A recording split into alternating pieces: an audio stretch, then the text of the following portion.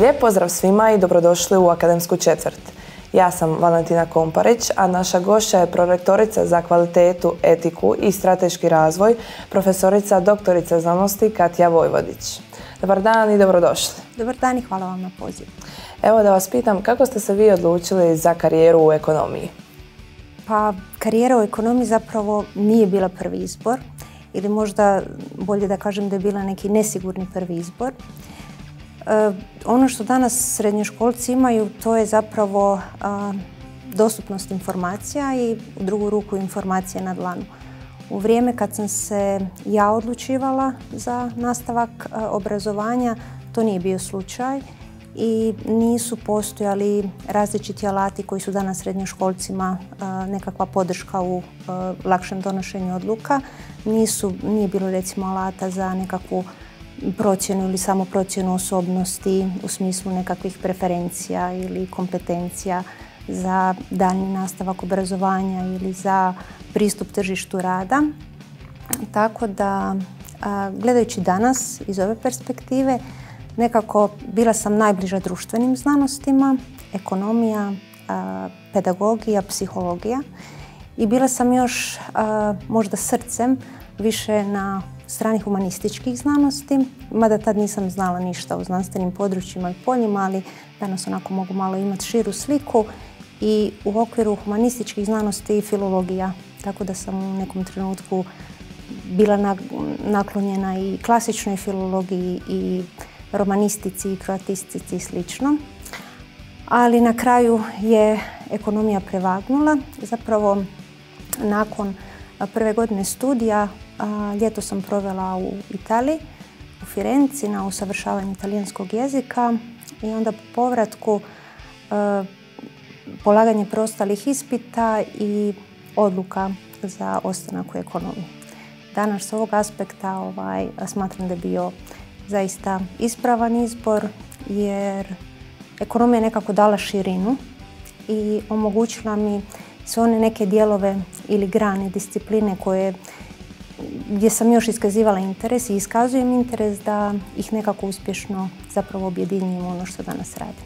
Pa dobro ste se vi odlučili zapravo za ekonomiju s obzirom da vas praktički skoro sve je zanimalo. Pa da, stvar je te svestranosti nekako i onda je teško da se baš ukalupite u nešto, ali ekonomija uistinu pruža dovoljno širine da možete sa svim ovim ostalim disciplinama na neki način recimo tako žonglirati i danas ih i kroz interdisciplinarne pristupe jednako dobro implementirati ono što radimo. Evo, vi ste članica Centra za istraživanje digitalne transformacije, pa možete mi reći o čemu se tu točno radi i koja je vaša uloga? Tako je. Ne znam koliko su ostali upoznati. Centar za istraživanje digitalne transformacije je poslovni istraživački centar.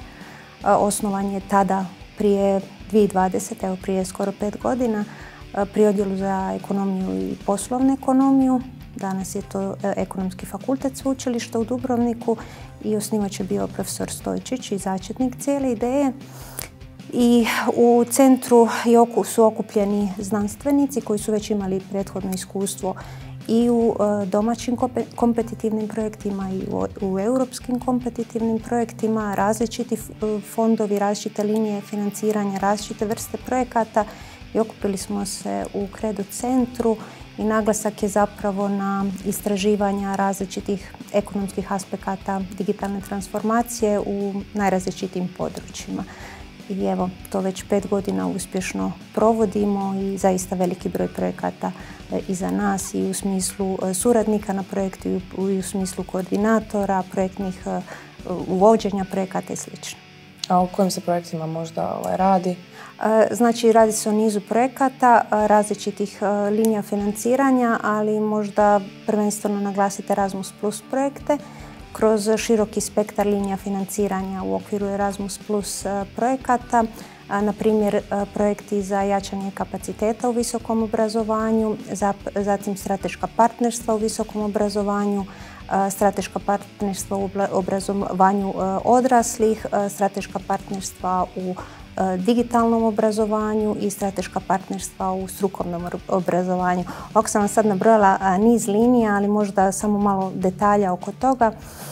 Znači, nismo samo usmjereni na jednu ciljnu skupinu korisnika, nego zaista projekti koji pokrivaju ne samo čitav spektar tema, nego i različite dionike koji su uključeni u te teme. Pa evo recimo prije možda 2 mjeseca završili smo jedan projekt koji je imao za cilj povećanje digitalne pismenosti osoba treće životne dobi, znači starijih osoba, Boomer projekt. Ili recimo različiti projekti koji su usmjereni na osnaživanje digitalnih vještina ili nekih drugih mekih vještina, takozvanih soft skills u kontekstu zapošljivosti studenata. Dosta se toga nabrojali. To su zapravo ovi projekti koje smo završili, ali zapravo je puno i više toga sad ispred nas. Pa samo možda neke da vam kažem o čemu se rade projekti. Znači, jedna od tema koja nam je sad posebno interesantna, to je primjena umjetne inteligencije. Znači, važnost i primjena umjetne inteligencije u različitim segmentima, tako da razmatramo kroz određene projekte umjetnu inteligenciju i u visokom obrazovanju, znači i s aspekta nastavnog procesa, studenata, odnosno općenito nastavnika i drugih edukatora, ali i umjetna inteligencija u smislu poslovanja, znači baš ono u poslovnom sektoru u kontekstu malih, srednjih i velikih poduzeća. Tako da tu imamo nekoliko projekata, recimo Pathfinder projekt, AIM projekt, ByteHey projekt, ovako vam ne znači možda previše, to su sve akronimi projekata, ali vjerojatno projekti o kojima ćemo još imati prilike ovako pričati. Osim toga imamo isto jedan vrijedan projekt, EduHome se zove. On se zapravo bavi pitanjima mobilnosti različitih dionika koji su u mobilnosti i u kontekstu njihovog smještaja u okviru te mobilnosti. Onda imamo projekte recimo koji se bave različitim aspektima podrške u smislu razvoja nekakvih inovativnih sadržaja za recimo podršku novim poduzećima, start-upovima. Startup Academy je jedan takav projekt ili recimo podršku i za razvoj onih osoba koji su recimo tako freelanceri na tržištu. Projekt se zaista zove freelancer. Onda niz je nekih projekata koji osim toga pokrivaju recimo i nekakve vještine u poduzećima, znači baš u kontekstu poslovanja, pa recimo projekti koji su vezani za unapređenje različitih vještina za mala i srednja poduzeća, oprostite, NICE projekt, ili NIŠTU projekt čiji smo baš početni kick-off sastanak imali prošli tjedan, vezan za kulturno poduzetništvo, odnosno za unapređenje različitih vještina, platformi i inovativnih alata u tom segmentu. Onda Jean Monnet projekt je nešto što još do sad nismo radili, jedna novina u Credo centru u smislu podučavanja i istraživanja vezanih za Europsku uniju u kontekstu udaljenih područja, otočnih područja i slično. I imamo i nešto što smo prethodno imali iskustva, a to su jačanje kapaciteta u visokom obrazovanju. Prethodno smo imali iskustvo sa radom na Bliskom istoku, Jordan i Libanon su bili u pitanju, a u ovoj novoj liniji financiranja dobili smo za razvoj mikrokvalifikacija na Dalekom istoku, radi se o Vijetnamu i Laosu. Tako da zaista široki je spektar tema. Ali ono što možda trebam naglasiti jest da nekako kroz sve ove projekte nastojimo iskoristiti ono što imamo kao integrirano sveučilište. A to je da pod jednom institucijom imamo različita područja i polja znanosti i kako su ovo teme koje zapravo pokrivaju i različita i područja i polja, onda uključujemo kolege sa ostalih sastavnica, tako da dobijemo zapravo na interdisciplinarnosti i zapravo bolju podršku, oprostiti samim time realizaciju takvih projekata. To s jedne strane, s druge strane uključujemo veliki broj mladih kolega, znači osoba koje su u suradničkim zvanjima, asistenti, viši asistenti i slično. I ovo im je zapravo nekako kredo im je izvrsna, rekla bih, platforma da dobiju uvid u cijeli taj proces provedbe europskih projekata i zapravo da kasnije budu opremljeni i znanjem i iskustvom kad se otisnu sami u te projektne vode, odnosno u provedbu projekata.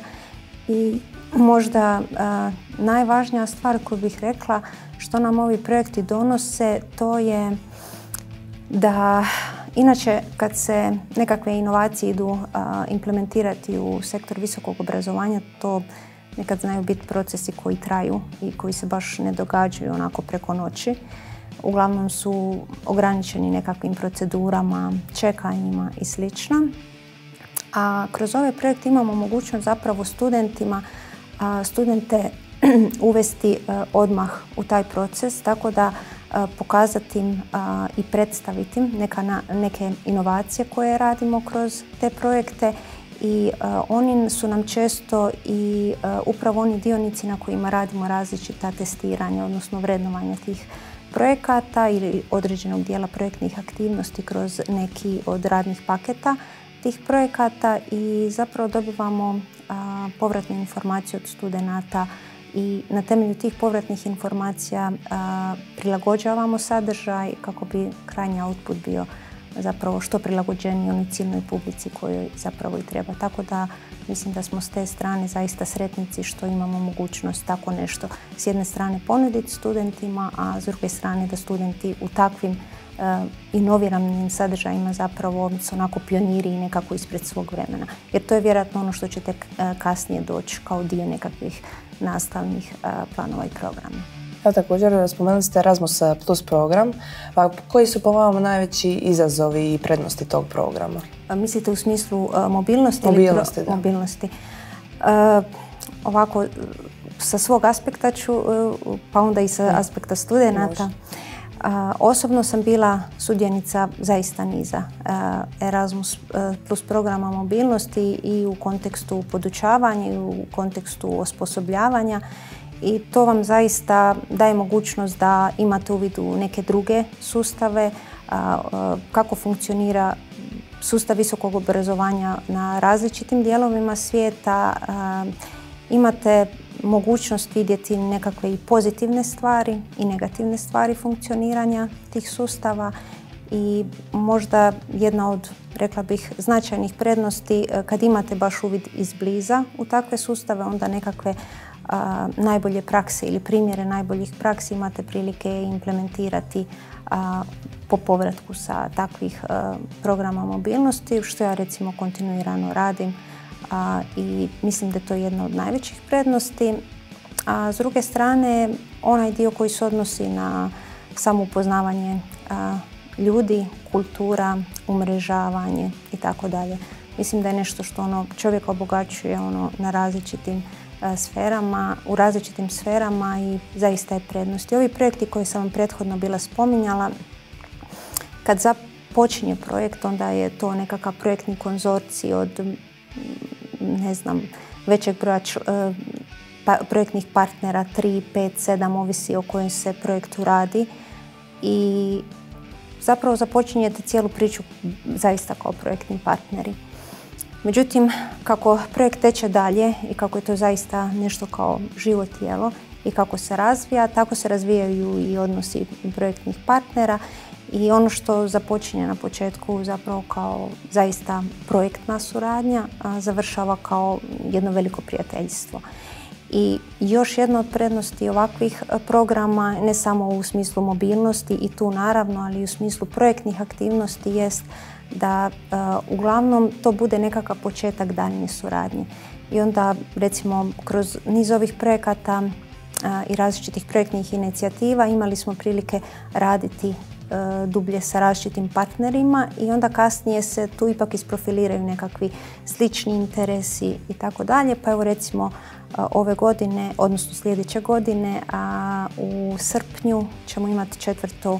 izdanje, nazovimo izdanje Summer Business Academy ljetne akademije, poslovne akademije koju Ekonomski fakultet Sveučilišta u Dubrovniku izvodi sa Ekonomskim fakultetom Sveučilišta u Zagrebu i to su zapravo mnogi od tih predavača su renomirani inozemni profesori koji smo zapravo upoznali i kroz različite projektne inicijative, odnosno ove projekte koje sam vam prethodno spominjala. Tako da umrežavanje, prijateljstvo i svo to iskustvo koje, recimo tako, skupite putem je nešto što, rekla bih, zaista prevrijedno. Evo, također bili ste pročelnica bivšeg odjela za ekonomiju i poslovnu ekonomiju. Danas ste prorektorica, pa je li vam ta bivša uloga možda malo pomaže u današnjoj ulozi? Apsolutno. Znači, bila sam tako u 3 navrata pročelnica odjela za ekonomiju i poslovnu ekonomiju 17. do 19., 19. 21. i sad 23. do 24. I da, u principu upravljačke uloge su manje ili više, recimo tako, slične.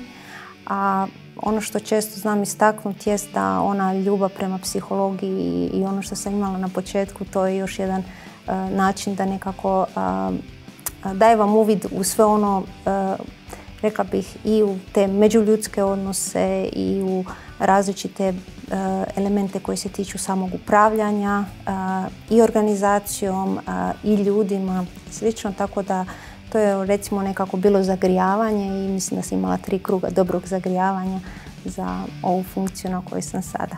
Evo, vi ste sve što vas se zanima ste sklopili ugodno s korisnim. Da, to je ono što sam vam rekla na početku. Iako sam dvojila, danas sam sigurna da je izbor uistinu bio ispravan.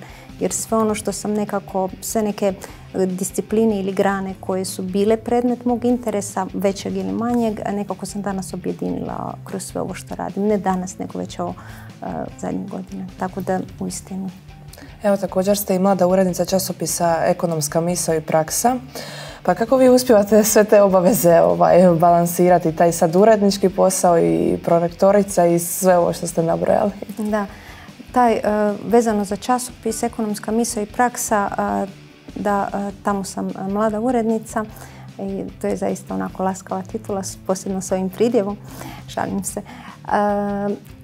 Zapravo, kad je riječ o ekonomskoj misli i praksi, ja sam tu, imam tu ulogu, međutim, ono čemu danas ekonomske misli i prakse ne bi bilo da nije bilo pokojnog profesora emeritusa Đura Benića. On je utemeljitelj tog časopisa i u počecima kad sam bila samo dio uredništva i nekakve prve, recimo tako, korake u tom smislu sam napravila kad je pokojni profesor Benić bio urednik. I taj časopis sad već preko 30 godina, od 1992. izlazi, 2 broja godišnje i zaista lijepo iskustvo, vrijedno iskustvo, ali nisam samo tu ja dio te priče. Glavni urednik je rektor, profesor Stojčić i još dio užeg uredničkog tima čine profesorica Pavlić, profesor Svilokos i profesorica Vojnić. I evo, možda i prilika da podijelimo da prethodni časopis već bio u bazi Web of Science, a evo prije nekih, recimo, 90 mjeseci uvršten je časopis i u prestižnu bazu Scopus.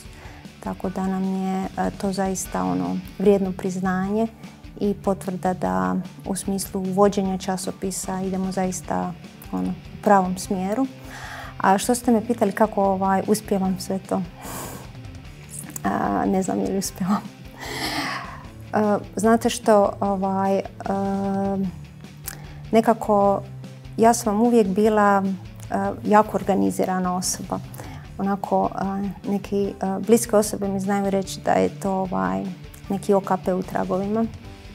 Ali sad zaista to na stranu.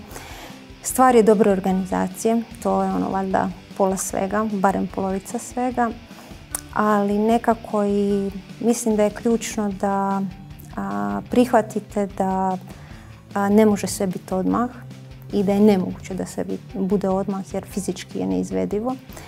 I onda koliko god nekako bilo nevoljko ili koliko god nije vaš modus operandi, neke stvari morate staviti po strani ili neke stvari moraju biti na čekanju, oni prioriteti idu odmah, a nekako sve ono što nema zaista neki predznak hitnosti stoji malo sa strane.